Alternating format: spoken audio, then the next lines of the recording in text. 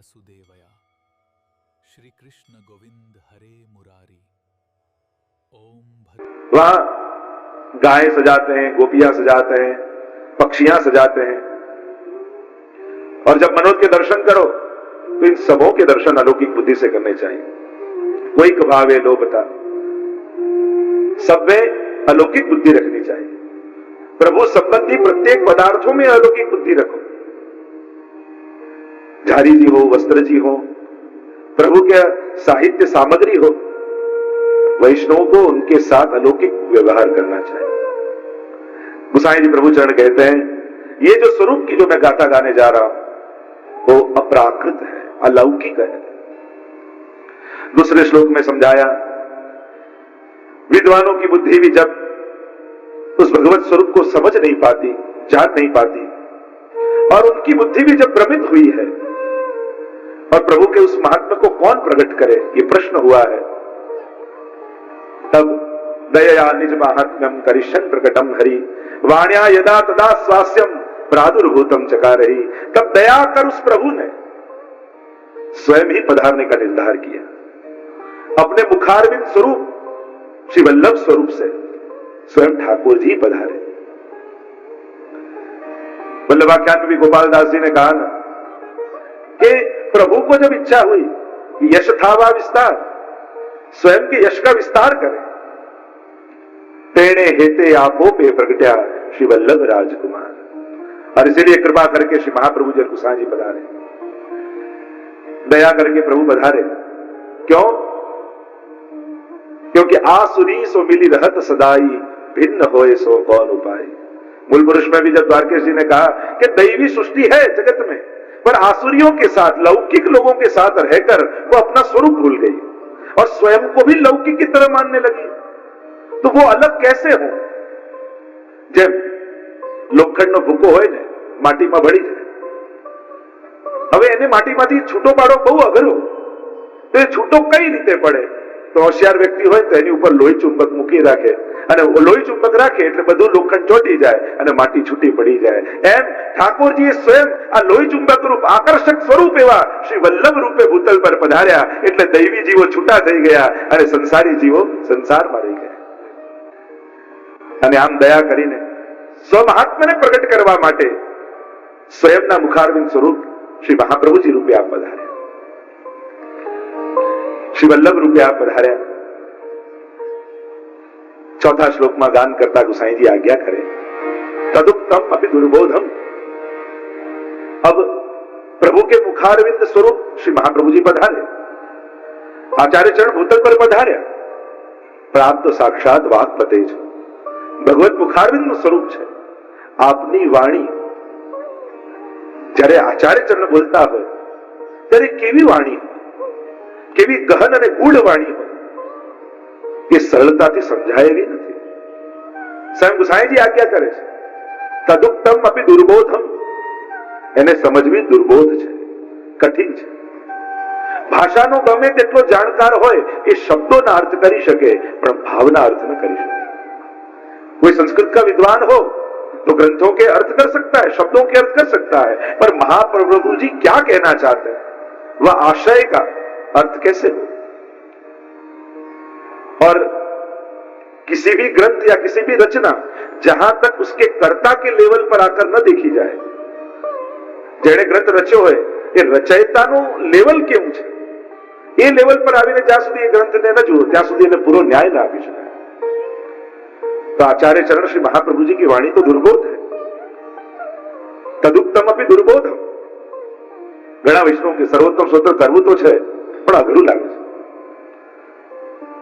અઘરું લાગતું હોય તો મારી પાસે બહુ સહેલો ઉપાય છે, કાલથી 2 વાર વધારે કરજો તો જલ્દી આવડી જશે। પણ છોડી દેશો ને એવી રાહ બેઠા રહેશો કે ના મને આવડી જાય પછી કરું, તેવું તો ક્યારે થવાનું નથી। जो चीज नहीं आती उसको अधिक बार करना चाहिए तो वो जल्दी आ जाए, और उसको छोड़ दोगे तो कभी नहीं सीख पाओगे। घણા લોકોને સેવા કરવાનું કહીએ અમને આવડતી નથી એટલે કરતા નથી। આ તો એવું જ થયું કે મને તરતા આવડી જાય પછી પાણી ના ડૂબ। ऐसा कभी हो सकता है कि नहीं मुझे तैरना आ जाएगा फिर ही जल को छूंगा, પેલા પાણીમાં કૂદે પછી તરતા આવડે, અને એટલા માટે કરશો તો આવડશે। પણ નહીં કરો તો ક્યારે નહીં આવે. અને એવું ક્યારે થવાનું નથી કે કોઈ એને ખબર પડી જાય કે મને બધું જ આવડી ગયું. અને હું તો એમ માનું કે सीखी जवाમાં आनंद नहीं, सीखता रहवाમાં आनंद है. सीख जाने में आनंद नहीं होता. जिस दिन यूं लगे कि सब आ गया फिर तो आनंद ही चला जाएगा. पर रोज रोज कुछ नया सीखते हैं तो आनंद रहता है. आज ये नया किया, आज ये नया किया. અને અમારા તો પુષ્ટિ માર્ગીય પ્રભુ જેવા છે ને કે એમને એક ને એક વસ્તુ ચાલે જ નહીં. उनको तो नित्य नवीन कुछ नया चाहिए. नित्य लीला नित्य नवतम श्रुति न पामे पार.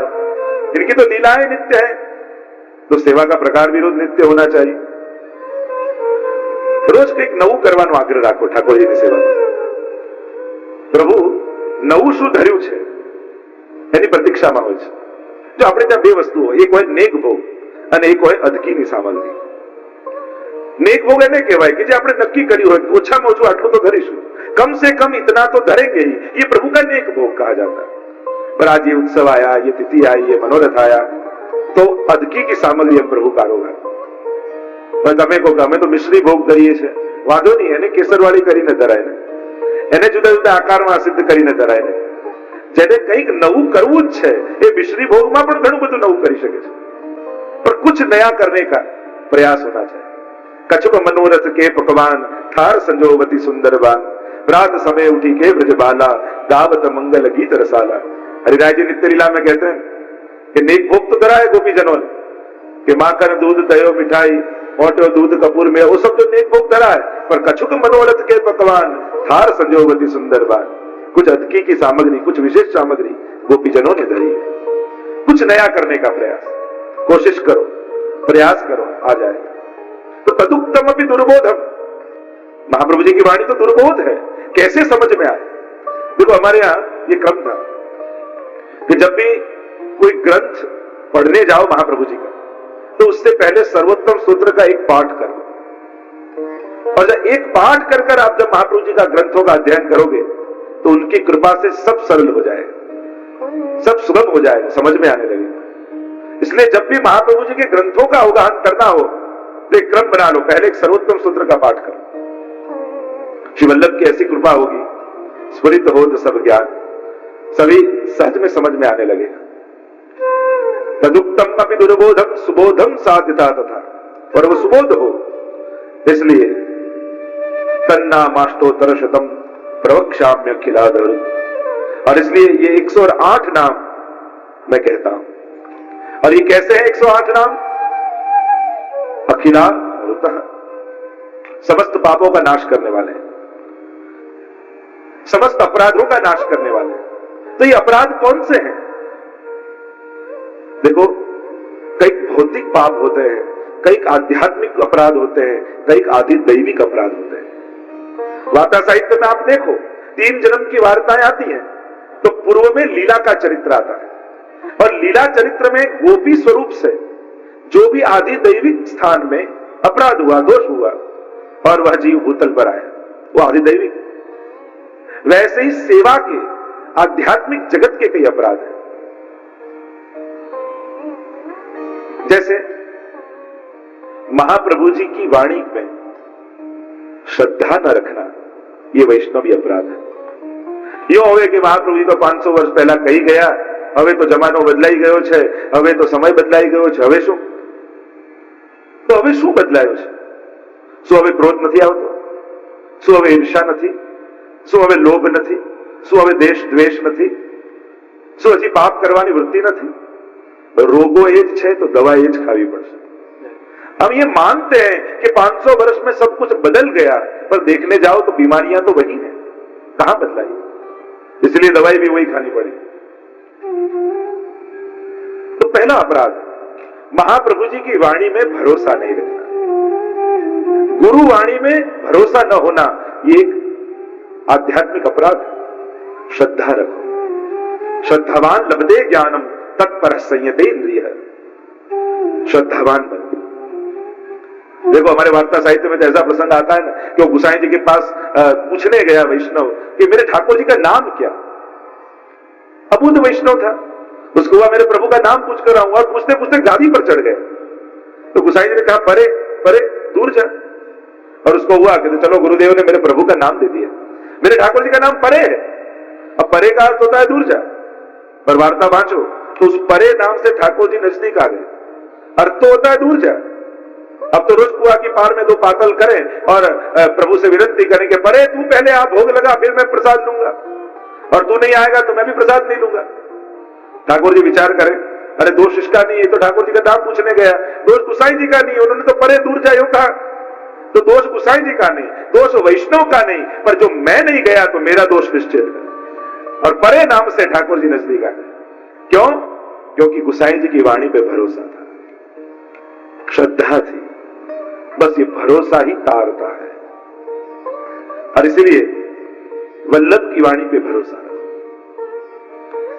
श्रद्धा रखो। दूसरा अपराध, आचार्यों की वाणी को अपनी बुद्धि के मुताबिक अपने अनुकूल कर कर उसको समझना या उसका अर्थघटन करना, आ छल धर्म છે। મહાપ્રભુજી કયા આશયથી કઈ વાત કરે છે અને આપણે એનો આશય બદલી અને આપણી અનુકૂળ વાણીને ગોઠવી લઈએ તો આ પણ દોષ છે।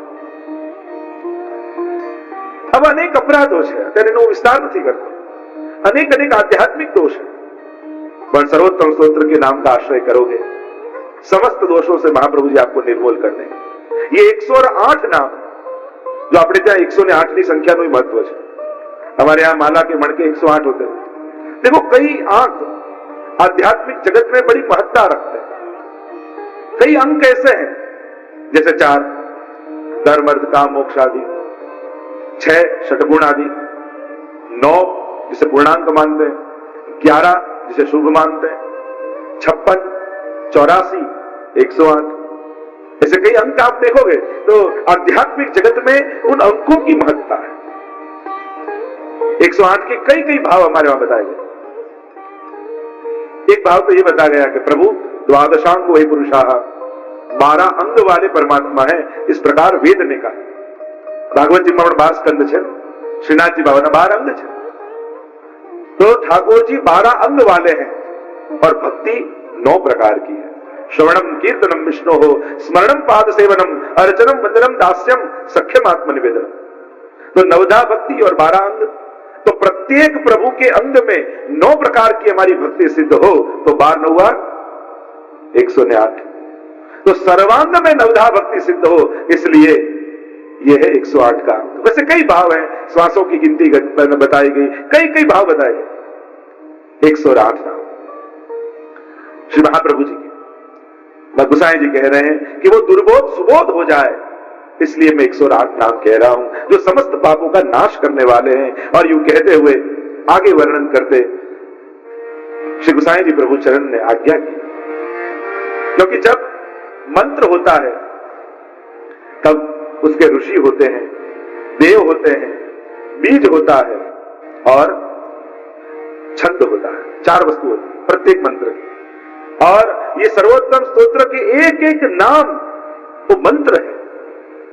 तो उस मंत्र की महत्ता को समझाते हुए स्वयं गुसाई जी प्रभु चरण ने आज्ञा की। तो इस मंत्र का ऋषि कौन? गुसाई जी इस मंत्र, कोई पण मंत्र તમે જાપ કરો ત્યારે તમને આ 4 બાબતનું જ્ઞાન હોવું જોઈએ। मंत्र यूं ही फलित नहीं हो जाते। कई बार तो लोग अखबार में लेख वांचते हैं कि ओ ये मंत्र का ये प्रभाव, तो शुरू कर देते मंत्र जाप। आम छापाओ वांचीने मंत्र फलित न થાય, એનું વિધાન હોય, એની પ્રક્રિયા હોય, અને એ પ્રકારે દીક્ષિત થઈ જ્યારે મંત્ર જાપ કરીએ ત્યારે મંત્રો ફલિત થતા હોય છે। मननात् त्रायते इति मंत्र है, जो मन का रक्षण करे वो मंत्र है।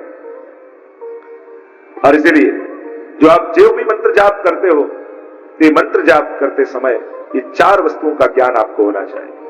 सबसे पहला, इस मंत्र का ऋषि कौन है? ऋषि कौन? ऋषयः मंत्र दृष्टारः। किस ऋषि को ये मंत्र प्राप्त हुआ, उस ऋषि का नाम मालूम होना चाहिए।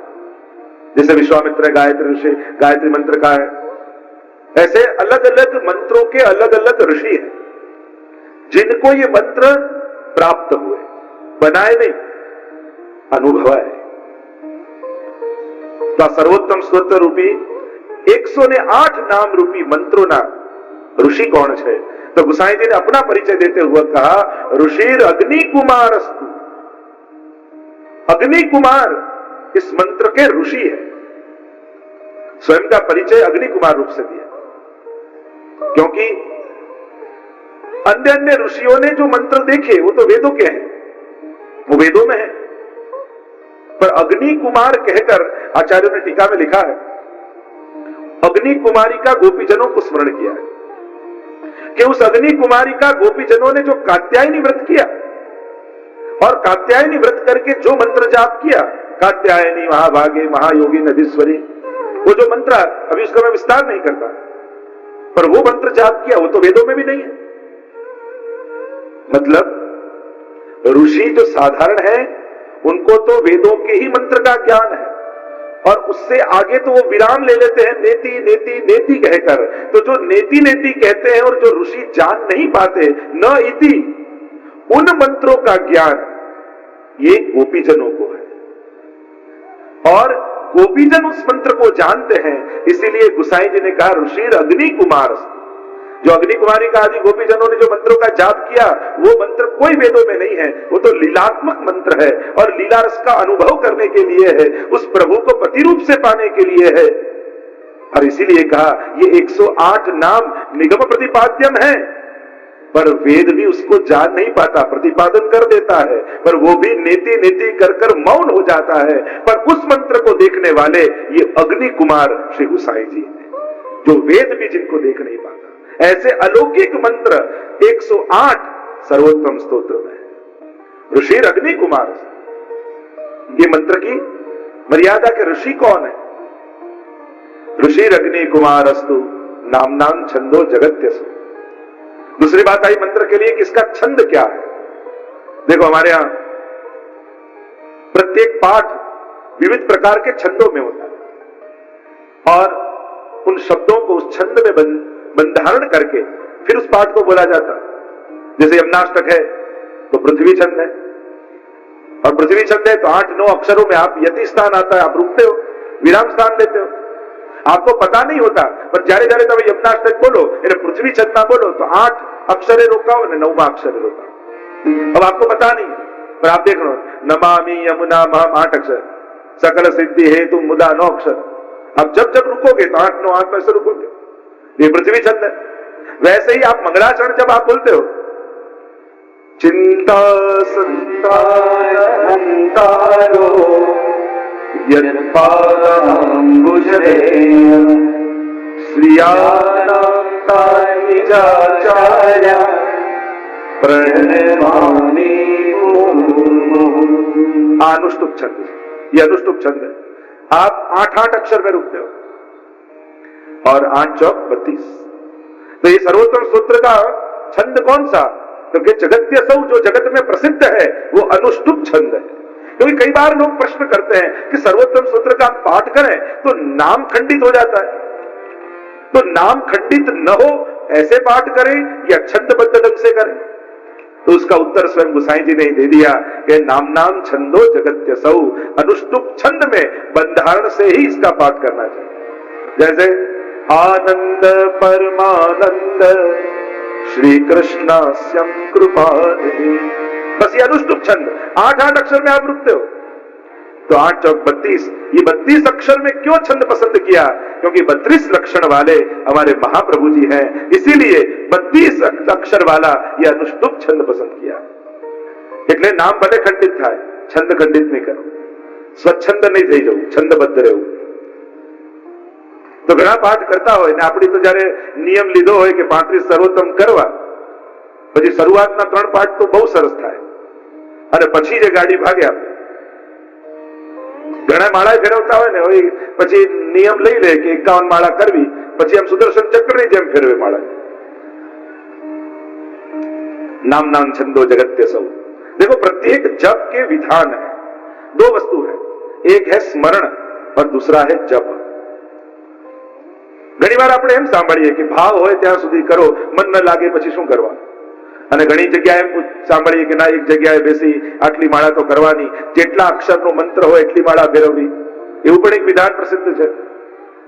अष्टाक्षर से तो 8 माला करो, 9 यमनाष्टक श्लोको है तो 9 यमनाष्टक करो, 35 श्लोक सर्वोत्तम सूत्रना है तो 35 पाठ करीशुं, जेटला श्लोक के जेटला अक्षर एटलो एनी वार उच्चारण करवानुं, एवुं पण एक विधान छे। જો સ્મરણમાં કોઈ નિયમો નથી, પણ જપના બધા જ નિયમો છે. જપમાં સંખ્યાનું પણ મહત્વ છે, જપમાં સ્થાનનું પણ મહત્વ છે, જપમાં માળાનું પણ મહત્વ છે.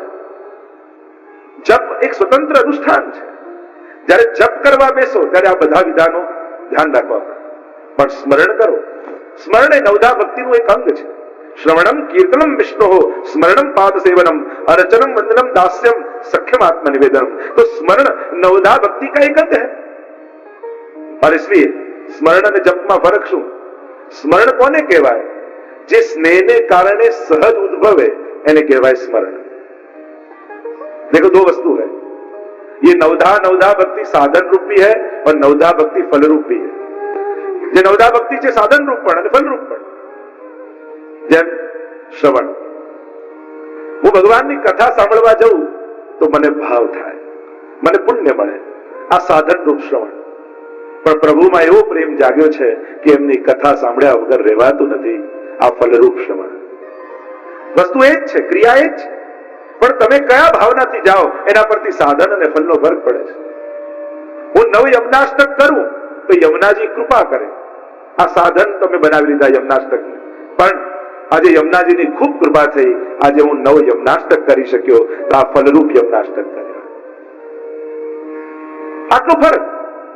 અને એટલે તો આપણા 41 પદમાં પણ કહ્યું, ફલ ફલિત હોય ફલરૂપ जाने, એને ફલરૂપ માનીને કરશો. क्योंकि पुष्टि मार्ग में महाप्रभु जी किसी को साधन नहीं देते, हरेक को फल देते. પુષ્ટિ માર્ગમાં જે પણ મળે છે એ ફલાત્મક રૂપે મળે છે, સાધન રૂપે નથી મળતું. અને એટલા માટે સેવા કરવાથી ઠાકોરજી કૃપા કરે એવું ન વિચારતા, નહીં તો સેવા સાધન બની જશે. પણ ઠાકોરજીની કૃપા થઈ કે મારા હાથે ઠાકોરજી સેવા લે છે, આવું વિચારશો તો ફલરૂપ સેવા થઈ જશે. તો અહીંયા જે પણ મળે છે એ फल रूपे મળે છે, એને સાધન નહીં બનાવે. और इसीलिए गुसाई जी प्रभुचरण ने कहा, नामदान छंदो जगत सौ, जगतમાં પ્રસિદ્ધ એવો અનુષ્ટુપ છંદાનો છે. આના દેવતા કોણ? જો દરેક મંત્રના દેવતા હોય અને એનું સ્મરણ કરીને મંત્ર જાપ કરવામાં આવે, અને મંત્ર કોઈનો હોય એનું સ્મરણ કોઈનું કરતા હો તો એ મંત્ર ફલિત નથી થતું. અહીંયા કહ્યું श्री कृष्णास्यम देवता च. इस मंत्र के देवता कौन है? तो कहा श्री कृष्णास्य, आस्य यानी मुखारविंद, प्रभु के मुखारविंद स्वरूप श्री महाप्रभु जी इस मंत्र के देवता है. कारण कि ये मंत्र ने फल એ દેવતા હોય, પણ દેવતાઓ મંત્રને આધીન હોય. મંત્ર આધીન સૌ દેવતા, આ ફરક છે. પ્રત્યેક દેવતા છે ને મંત્રને આધીન. નહીં તો ઘણી વાર લોકો પ્રશ્ન કરતા હોય કે હિરણ્યકશિપુએ તપ કર્યું ને આ દેવતા પ્રસન્ન થઈ ગયા, પેલા અસુરે તપ કર્યું, રાવણે તપ કર્યું ને આ દેવતા પ્રસન્ન થયા. એક વ્યક્તિ મને પૂછતા હતા કે આ અસુર હોવા છતાં તપ કરે, મંત્ર જાપ કરે ને દેવતાઓ પ્રસન્ન કેમ થઈ જાય? કારણ કે દેવતાઓ એ વ્યક્તિને નથી જોતા, એ લોકો મંત્રોને આધીન હોય છે, એટલે મંત્રને વશ થઈ એમને હાજર થવું પડે છે. જેટલાય દેવતાઓ છે બધા મંત્રને આધીન છે, પણ પ્રભુ तो स्नेह ने अधीन है. हमारे महाप्रभु जी तो भाव के अधीन है, और भक्त जब भाव से पाठ करता है तो महाप्रभु जी उस भक्त के वश हो जाते हैं.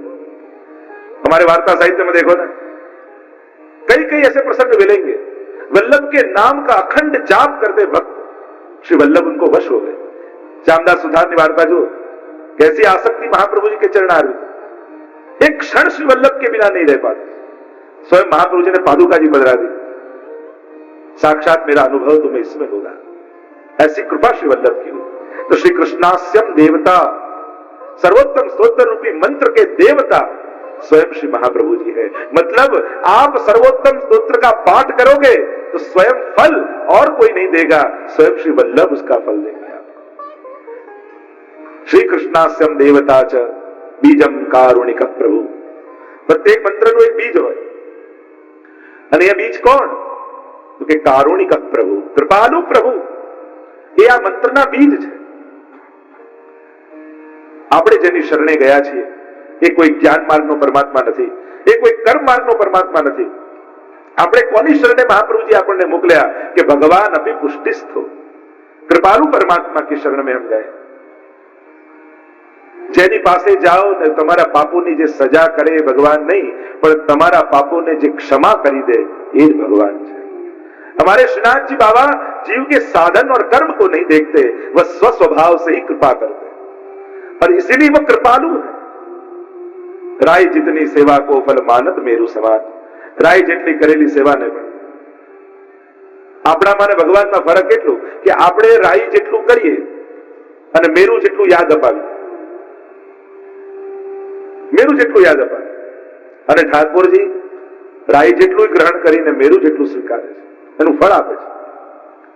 એક વસ્તુ યાદ રાખજો, સેવા કરનાર વૈષ્ણવે આ બે વસ્તુથી સાવધાન રહેવું. એક, પોતાની કરેલી સેવા ક્યારે પણ ઠાકોરજીને યાદ અપાવી. આટલી તમારી સેવા કરી તોય તમે આમ કર્યું, રોજ આટલા પાઠ કરતી તોય તમે આમ કર્યું. ક્યારે પણ પોતાની કરેલી સેવા પ્રભુ આગળ ગણાવવી નહીં, કારણ કે જે દિવસે ગણાવશો એ દિવસે સમાપ્ત થઈ જશે. ઠાकुर કહે છે મેં તને કહ્યું તું મારી સેવા કર. कभी भी अपने की हुई सेवा अपने लिए हुए प्रभु के नाम कभी ठाकुर जी के आगे गिनाने नहीं. અને બીજી વાત, ઠાકોરજી પાસે જ્યારે પણ જાઓ ત્યારે હતાશ, નિરાશ યા દુખી થઈને ઠાકોરજી આગળ ક્યારે નહીં જાઓ. કારણ કે પ્રભુ તો બાલક હે. કોઈ નાના બાળક આગળ કોઈ રડતું હોય ને તો એ રડવા લાગે અને કોઈ હસતું હોય તો એ હસવા લાગે. જો आप प्रभु को प्रसन्न करना चाहते हो तो हमेशा प्रसन्न मुख से जाओ. ઘણાના ચહેરા એવા ચડેલા, પડેલા, ઉતરેલા એવા ચહેરા લઈને જાય કે પ્રભુ દુખી થઈ જાય. એક વૈષ્ણવે નિયમ લીધો કે રોજ સવારે ઠાકોરજીના પહેલા દર્શન કરવા, જેથી આખો દિવસ સુધરે. મહિનાના 29 દિવસ ગયો ને 30